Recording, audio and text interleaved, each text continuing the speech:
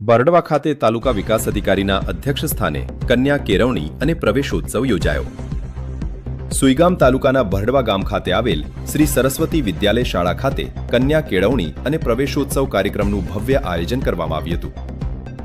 કાર્યક્રમમાં નવપ્રવેશી વિદ્યાર્થીઓનું ઉષ્માભેર સ્વાગત કરવામાં આવ્યું હતું તેમજ શિક્ષણના મહત્વ અંગે માર્ગદર્શન આપવામાં આવ્યું હતું. કાર્યક્રમમાં મુખ્ય અતિથિ તરીકે શ્રીમતી વિદ્ધિબેન પટેલ તાલુકા વિકાસ અધિકારી સુઈગામ ઉપસ્થિત રહ્યા હતા.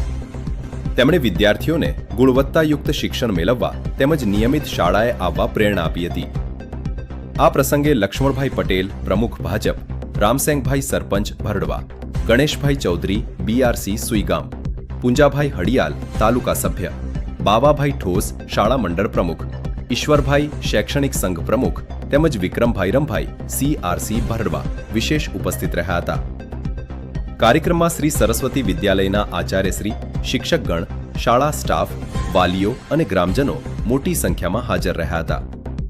સૌના સહયોગથી કન્યા કેળવણી અને પ્રવેશોત્સવ કાર્યક્રમ સફળતાપૂર્વક સંપન્ન થયો હતો.